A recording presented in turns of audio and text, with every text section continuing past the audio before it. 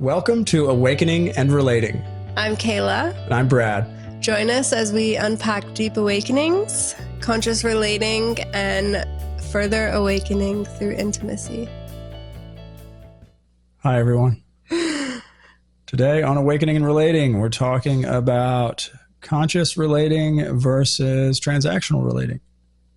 What that means, how you can make some changes in your life so that perhaps you can relate more consciously and reap the benefits of what that provides. Mm-hmm. So maybe we'll talk first a little bit about, our kind of how we define a transactional relationship versus a more highly conscious relationship. What do you say? Yeah. Okay. So do you want to start? Okay. So, I have a lot of experience transactional relationships as far as exchanging women, like exchanging sex for love. And that was the majority of how my transactional relationships were. Yeah, I was just caught in this loop of that I really just wanted connection and I wanted love and attention. And I thought that came through giving my body away to men, which absolutely was not the way. And I learned that after some time. But yeah, that was kind of my transactional relationship experience. And then even at one point in my life, I got a little dark with it and I started to have a lot more transactional type setting for those sorts of things, like not going to get too far into it. But yeah, it was like, what can you do for me? Mm-hmm. Like, I'm going to give you my body, but I need something in exchange. Mm-hmm. And almost to the point where it went beyond the love. And it was like, I was just having transactional relationships for what they could give me. Mm-hmm. And honestly, it was not even like a good experience at all. Yeah, I think a lot of women, unfortunately, find themselves in these positions. I think men do too, but I think it's more common for women to exchange love for or to maybe in some misguided fashion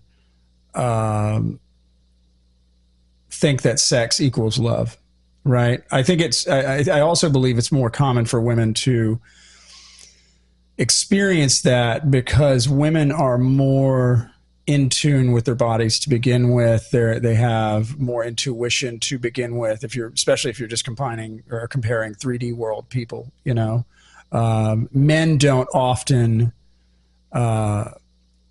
conflate love with sex. Most men, sex is just sex. Mm-hmm. The love comes later. With women, the conflating of love and sex can be earlier on. Not always the case, but it seems to be. Well, I could even go into thinking the reasoning for that is, so we have, there's a sexologist, Jaya, that I've showed to you, and mm-hmm. we watched some of her stuff before, and she talks about the erotic blueprints. So how we all have different erotic expressions and mm-hmm. sexual expressions and the way that we are in sexuality.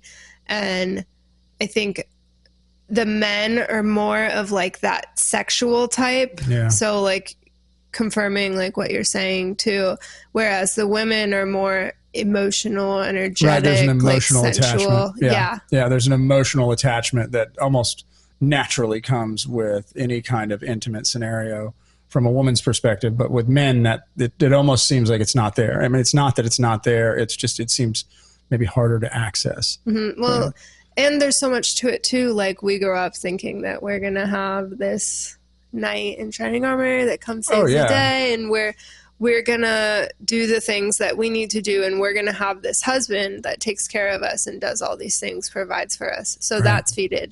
And then as far as men, this is going more sexual, but men typically, as they're growing, they get involved in videos, adult video and stuff. Yeah, like pornography is a thing for men, for sure. Yeah. So this conversation got sexual. Yeah, I got sexual fast. Well, let me talk before we go more down the sexual rabbit hole. Let me talk a little bit about my experience with transactional relationships, because something that you and I have noticed throughout our relationship so far is, although we come at things from a completely different angle, like the results are very similar, right? So my transactional relationships up to a certain point about 8 years ago were based on, like, it was a team mentality. Like, I'm looking for a teammate, right? But like, I'll love you if, right? I'll love you if you back me up, if you've got my back. I'll love you if, you love me back. I'll love you if you don't cheat on me. I'll love you if you meet these certain criteria, right? So from that perspective, now it feels a little different than just exchanging sex for love, right? Because I didn't have a whole bunch of one-night stands. You had more than I did. But that said, it's still very transactional, right? Like, mine were just longer-term transactions. Yours were shorter-term transactions, but it's very transactional nonetheless. And what that generally leads to is a sense of disconnectedness and a sense of lack, right? Like, something's missing. I can't really connect with this person. And there's not a lot of, like, as far as intimacy is concerned, there doesn't really feel like this organic, deep connection to the person, right? For men, especially, it's a little bit more lusty. It's more of a head game to begin with. And for women, it's like trying to, I think, fulfill or fill a void, because you've got this conflation issue going with love and sex, right? So, well, that's typically why they're entering the relationship anyways, is because they're from that space of lack, looking for that fulfillment, whatever that is. Right. And like you said, like, I mean, there's especially like Disney, for example, but like lots of older kind of nursery rhyme based, type of stories that children grow up with. There's a lot of, you see, like, the damsel in distress that needs help from a guy, or the princess that needs saving, or so. Like, this is not uncommon for, children to grow up with this stuff, which makes it challenging because in your mind you have a program that was instilled when you were very, very young, right? And it's still, like, we see it in people today. Like, we do work one-on-ones with people, and our, friends and extended family and loved ones. I still see it today, where you get this kind of like, well, this isn't what it was supposed to be, Like, I was told it's supposed to be. Because the checkbox was implanted us. Right, as a child. Yeah, as a child, like, my man should show up on a white horse in shining armor and should save the day and, cherish my very existence at all times and never have anything better going on. And, men often want a woman that will stick by their side no matter what, no matter how horrible you are, stupid things you do or so.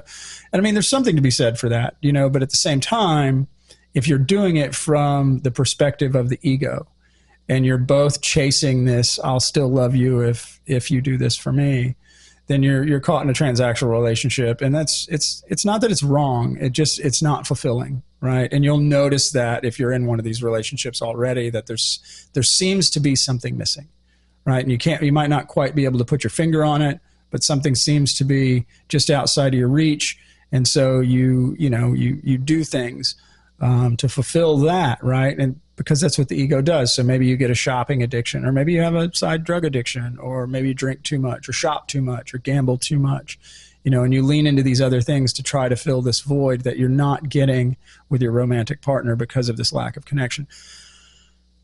Now, that said, this that we're speaking of regarding conscious relating versus transactional relationships also extends beyond intimate relationships, right? Mm-hmm.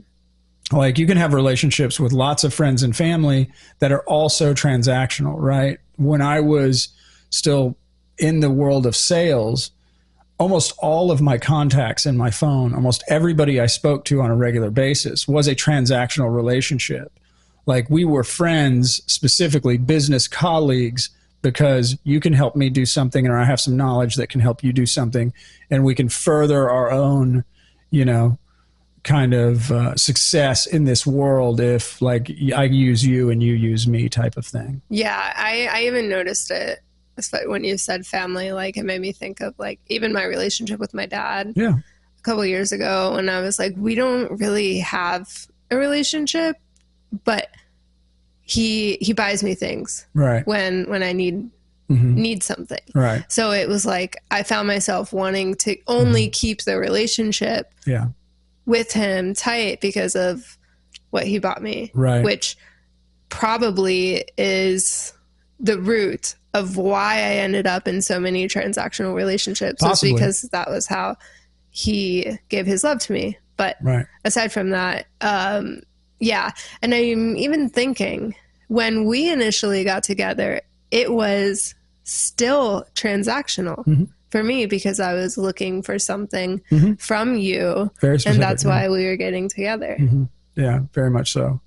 And that's okay. I mean, we wound up where we are, but a highly conscious relationship doesn't mean that. Then one thing I want to kind of dispel here is you don't have to have had an awakening to oneness all the way, you know, to have a highly conscious relationship, right? You can just notice your patterns. And pattern recognition is really the start of having a more conscious relationship. So if you're in an unconscious relationship right now, and you know that, right, and you can feel it, and you're in a relationship that is very transactional, it doesn't mean you're doomed and that person has to go. You know, you can become more conscious of your patterns, and by recognizing those patterns and the way you may act, interact, or react to somebody based on some situation occurring, you can give yourself a little bit more grace in the relationship. And by doing so, providing a neutral space from which they can also awaken more deeply to their patterns. It's not to say that that's going to happen, but it gives the opportunity for it, you know? And so even if you are in an unconscious relationship, you're not doomed. It's not the end, right? This is where the growth really can start to happen. Right. Because how deep and true can you be with yourself in the unconscious aspect of the relationship that Absolutely.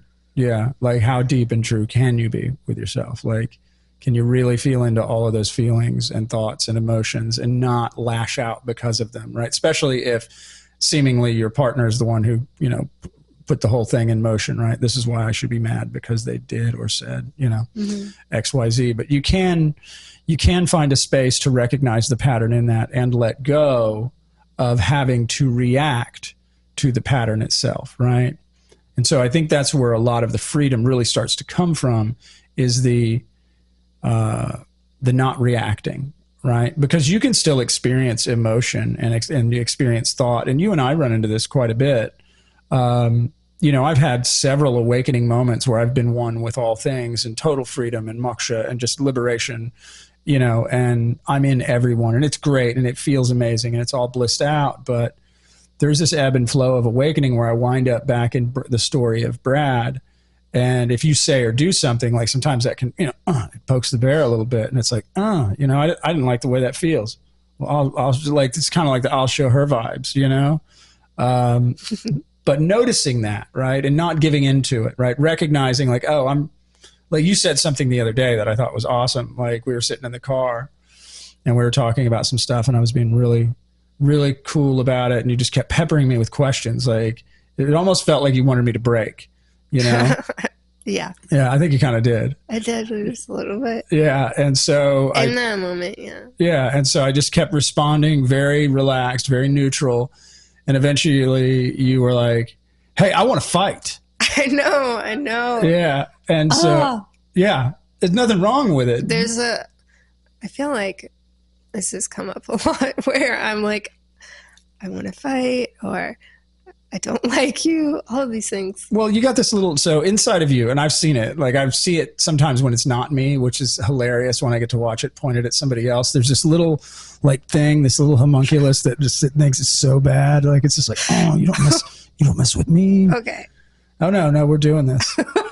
And it wants to, you know, it wants to get in there and put up the dukes and, you know, get some pity pats, throw some blows. And it's funny though, because you see it too. But you see it in the sense that you know it's coming up, and it was awesome of you to be able to go to me and say, hey, like I want to fight right now. What's up? And then I was just like, all right, so like I just need to just neutral out all the way and just. No, I was looking for something. Yeah, you were. I was trying to make. Yeah, you're trying to make it happen. Yeah, but you noticed it. You recognized it. I recognized it too before you said that, because I was like, oh wow, like it doesn't matter what I say. The next question's like harder. Answer this, answer that, answer this, answer that.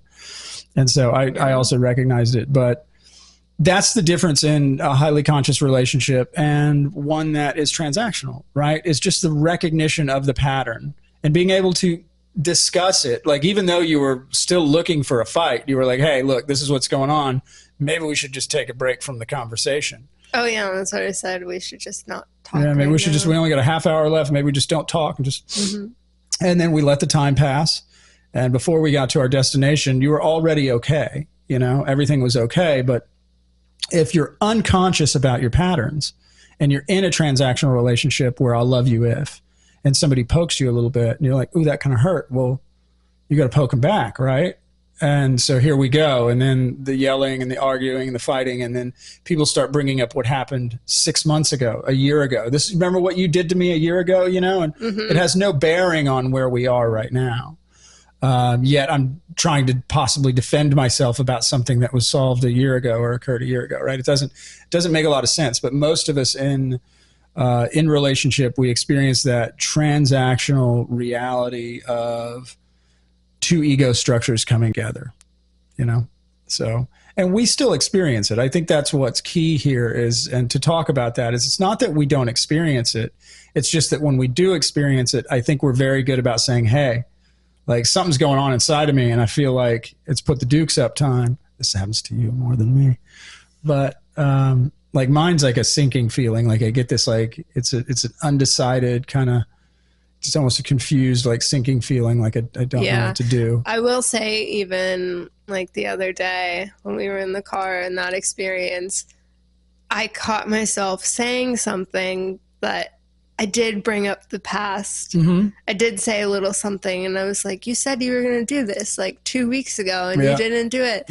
And I noticed when I said it, I was like, what am I doing right now? Yeah, what's happening? But it's the recognition of the patterns. And although pattern recognition in and of itself will not set you free into, say, samadhi, for example, it's a step on the way, right? To recognize that thought patterns and emotional patterns are going to exist and they are what they are, but they're not fundamentally who you are. So in the recognition itself, you can start to gain some of this freedom back and not allow your thought processes and, you know, memory banks to push you around in life based on what it's telling you are, right? You can start to sense more deeply into that state of present awareness. It might help you let go, but fundamentally you have to let go of all of who you think you are to fully awaken. And then it'll come and it'll go, right? You'll have the experience of a glimpse, you know, and then for some people they can let go all the way. For most of us, I think it's a little bit of work after you experience. And then you wind up in relationship like we are, and you work through your ego structure to relate as highly consciously as you can because you know that you're an ego structure. And I think that's the real fundamental difference is I know that Brad is an ego structure. Kayla knows that Kayla is an ego structure. So when the ego wants to do something really nasty, you know, and be like, hey, I want to fight right now, you know, you can go, wait a second. Wait, logically, there's no excuse for a fight right now. So something's going on, and then we can share that with each other. And even though we were trapped in a car, it was like, all right, well, let's not keep pushing it. Let's just each sit in our own space and breathe in and breathe out. Yeah. Well, that's the key, is the communication levels, is just to be so open and vulnerable and literally share the part of you that does not want to be seen or it doesn't heard want the for what spotlight it on it. is. Yeah. And that's like for sure the most difficult thing that I experience in our relationship is when I know that something's going on and deep down I don't want to admit it or admit to myself even. And then to admit it to you is like, well, that's kind of fundamental to staying in a conscious relationship, though, is when you recognize your own shit, putting it out on the table and going, hey, I just recognize this. Maybe I've been doing this to you. You know, I don't even know. And then it's something to discuss. And then at that point, though, going forward, if like I recognize something like that little inside of you that wants a little piece of action, we can talk about it, and you can either say yes or no, this is right. I can say, hey, is this that little warrior inside that needs a little action right now, or is this coming from someplace else? But that allows us to maintain a more highly conscious environment, for both of us in which to grow. And it's not easy. I want to point out it's not easy. Like Absolutely. Sometimes it's easier to be in a sleepy relationship because you can just turn a blind eye to things, like especially but once from yourself. you can't go back. Right. No going back. Yeah. It's highly conscious from now until forever. But you do kind of go back. Like the falling asleep it does happen, but you can't really go back. Mm-hmm. You just can't unsee or unrecognize some things once you start to recognize them. Right. And you can still ignore them, but you'll recognize them, right? You'll see them, but you can, I don't want to deal with that. I don't want to deal with that. But it's after it's seen. If you're on the awakening path though, and you do want to have a highly conscious relationship, what you do when you see that thing that's uncomfortable and that you don't want to share is you bring it into the light. You bring it in fully, you feel it fully, you express it fully. This is what's going on inside of me. I don't necessarily know exactly what to do with it, but this is where I'm at right now. If I'm being very truthful and honest with myself, this is where I'm at. And I think that ultimately that's what you have to do in a relationship like this, is you have to be very honest with yourself as to where you are. Yeah. And I want to point out something that came up in conversation the other day with my friend, was that you don't have to, like, if someone is single and you're doing this personal work, like, you don't have to reach a certain point before you can be in a relationship to have it be a conscious relationship. 100%. Because like, I went through like a period of celibacy and no being with anyone for a couple of years. And I got to the point where I started to notice that in that, like, it was very good and healing for me, but in that I started to resist intimacy. So it was healing parts of me, but in a way causing more parts of me, or reflecting deeper parts of me that may have not existed as deeply as before. So, and I say that because like the whole part of being in a relationship is to grow together. So if we are waiting until one day that you're conscious with yourself enough to be in that relationship, like, it's never going to come. And this is an opportunity to deepen into yourself through relationship. And sometimes, so two things here. I love the way you said that. Two things here. So if you are in a relationship and you're awakening deeply and your partner's not, I think we've said this before, like, something you'll know when it's time. Like, you'll know in your heart, like, okay, it's time for me to part ways with this person. Most of the time your head will give you all the conditions to why you should stay, but you'll know the answer in your heart. Nobody can tell you when that answer is going to come inside your heart. If you know that it's time to move on, it's time to move on.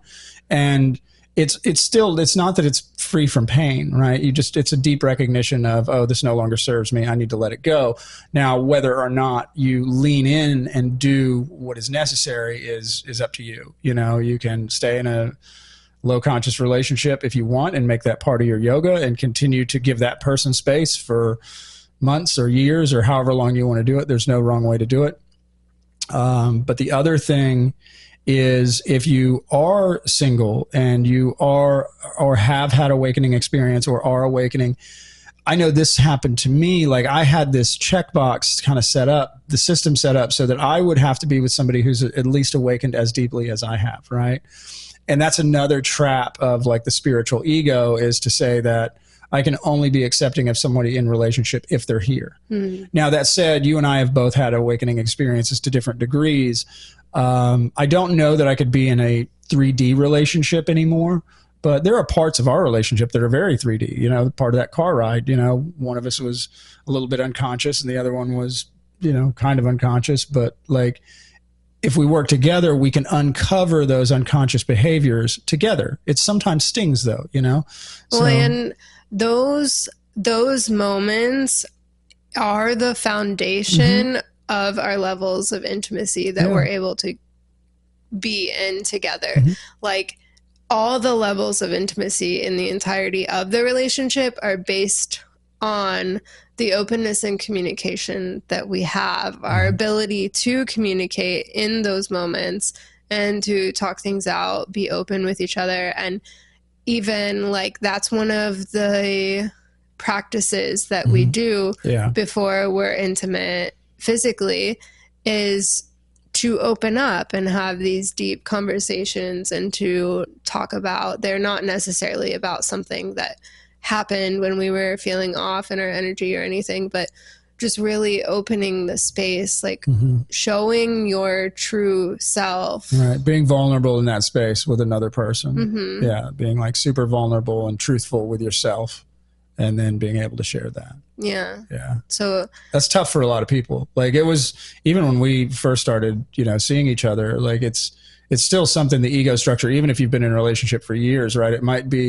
feel odd or awkward or uncomfortable to share exactly how you're feeling, right, with your partner, right? It just might be something you're not used to. Because like we said earlier, you have to be honest with yourself. And most people aren't that. I mean, I still struggle with it. I do too. All the time. Yeah. And for me, it's also coupled with like a fear of being seen. Like, I have this weird, I guess it's called a paradox. I don't know, but it's like, I want everyone to see me, but at the same time, I have a fear of being seen. Like, really being seen. Yeah. Yeah.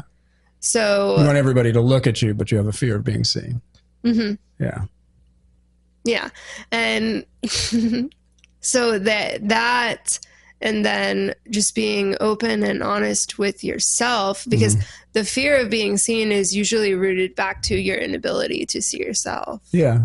Yeah. I mean, most of that, like when you feel like that anxiety or anger, or, you know, the temperature starting to rise in a certain situation, like that's where your work is, you know, but most of us will use anger or some kind of fight or flight response to address the situation without actually just recognizing that, oh, something's coming up. And again, using the pattern recognition kind of stuff to say, wait a second, this is a pattern. I have experienced this before, even in other relationships. For most of us, it's like you'll at a certain point in life, in your 30s or in your 40s, you'll start to recognize, well, damn, all of my relationships kind of are the same, right? They start out like this, the middle looks like that, and the end kind of feels like that, right? And they're all very similar, some to more or less degree than others, but there's a pattern. Why does that happen?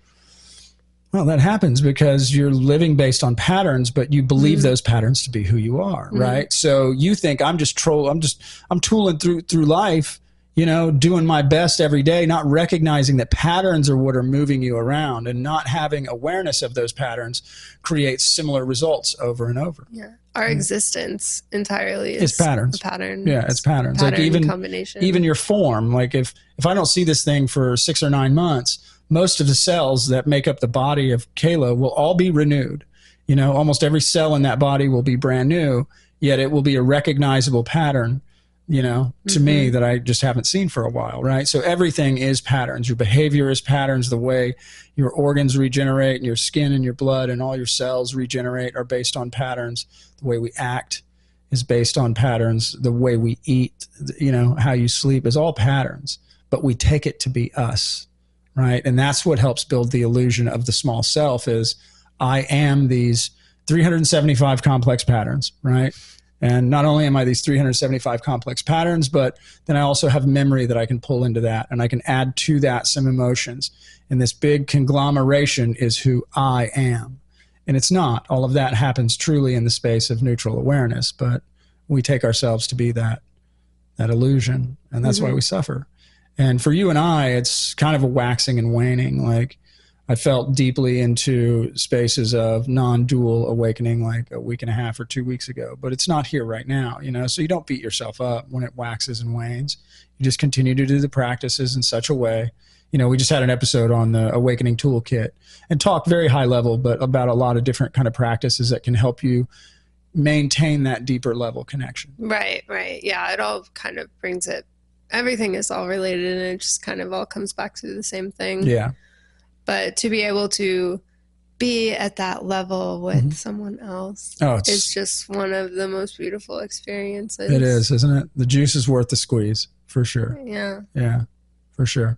So we invite all of you to try to become more conscious in your relationships, whether they be intimate or with somebody that is just a friend. And, you know, even in the relationship with yourself. Even in the That's relationship the with yourself. Yeah, I think that's, yeah, you're right.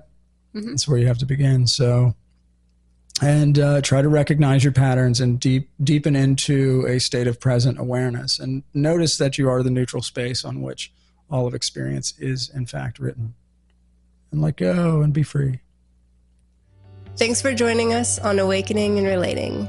Please like, share, and subscribe. See you next week.